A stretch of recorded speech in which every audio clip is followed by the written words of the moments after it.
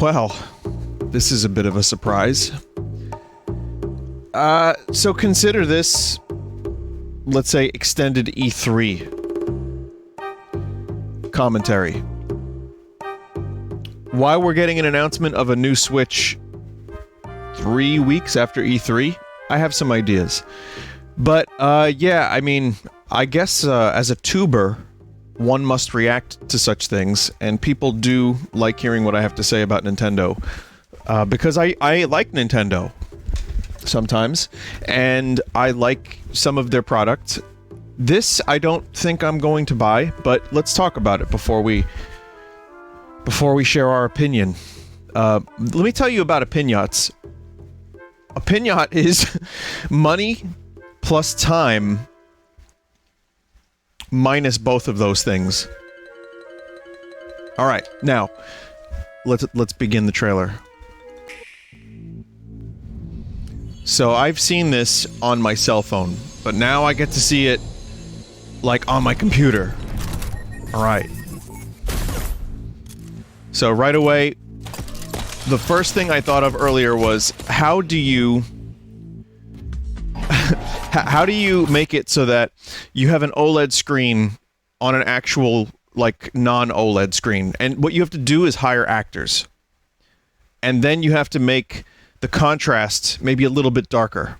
Because the thing about an OLED screen is, maybe some of you don't know, it's really crisp, and the black pixels are very black. Because I think they turn off. I'm not sure how the technology works, but I have an OLED TV as of some time ago, and no, it's incredible.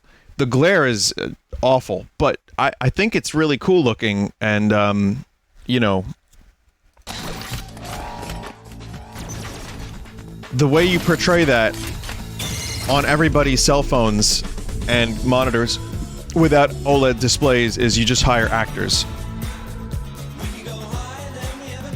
I wonder if this music gets claimed. Probably. Yeah. Well, maybe it's Nintendo original. Like, there you go. Wind. Zoom out. Keyhole. Or, yeah. What is that? That's a peephole?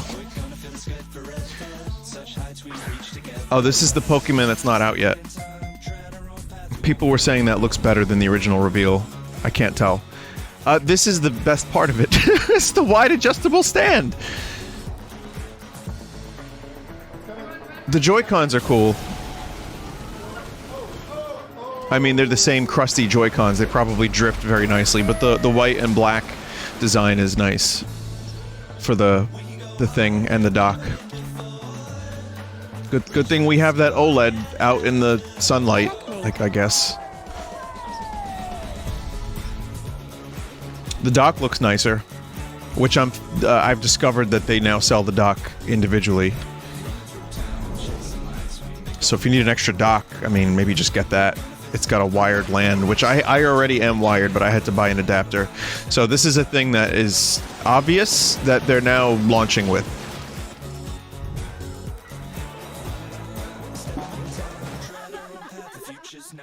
So there you go, there's the, I mean, you're not even really getting much out of the Switch OLED. While it's docked, there's no difference.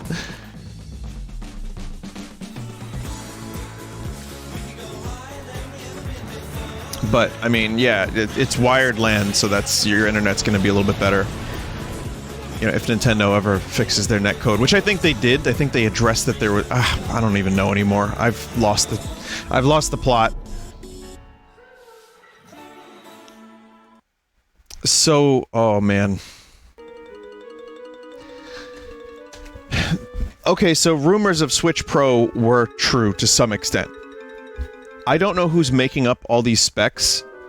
Like, before E3, there was a 4K display, upgraded processing power, onboard DLSS. There was so many improvements that sounded great. And instead, it's just an OLED screen, which, again, OLEDs look nice. And it's a little bit... I think the screen is a little bit bigger than actual Switch. This is now competition for the Switch Lite. So are they going to release a Switch Lite OLED? I don't know. why would Nintendo not upgrade the processing power for a machine that's 4 years old, that was already a little dated, to save on money and keep it portable? And I don't think they want to split up their user base when they're doing gangbusters. They're selling still.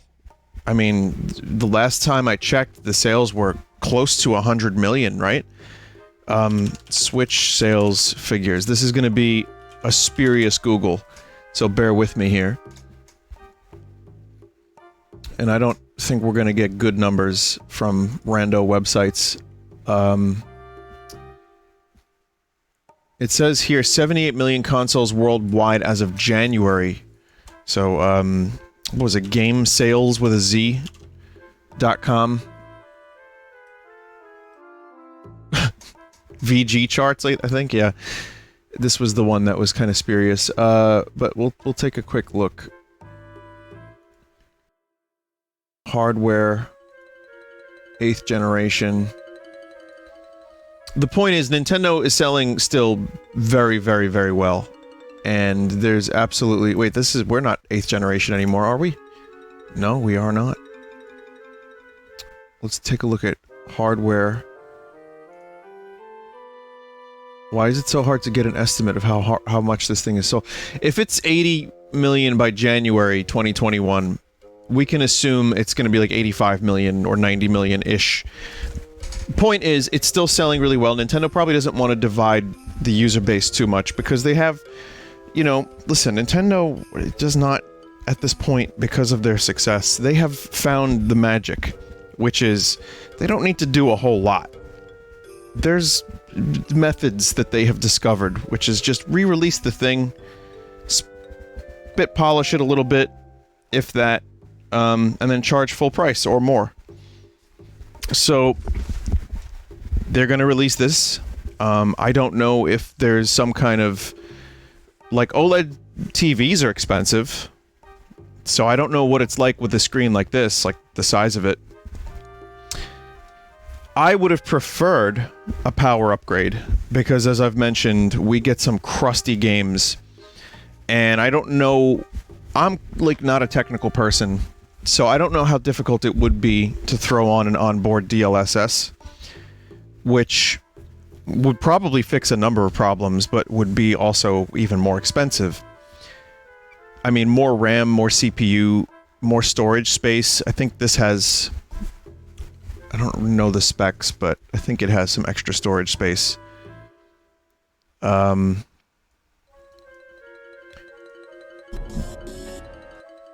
The thing I noticed most about this was that I don't really want it. It's $350, and it's not something I need. I have plenty of storage space. The screen is fine. I play docked when I make videos and stream. And, you know, I'm good. 64 gigabyte is the onboard storage. So it looks like it's got a 7-inch screen as opposed to a 6.2-inch screen. And the Switch Lite has a 5.5-inch screen. So yeah, a little bit more. Otherwise, it's just about the same stuff.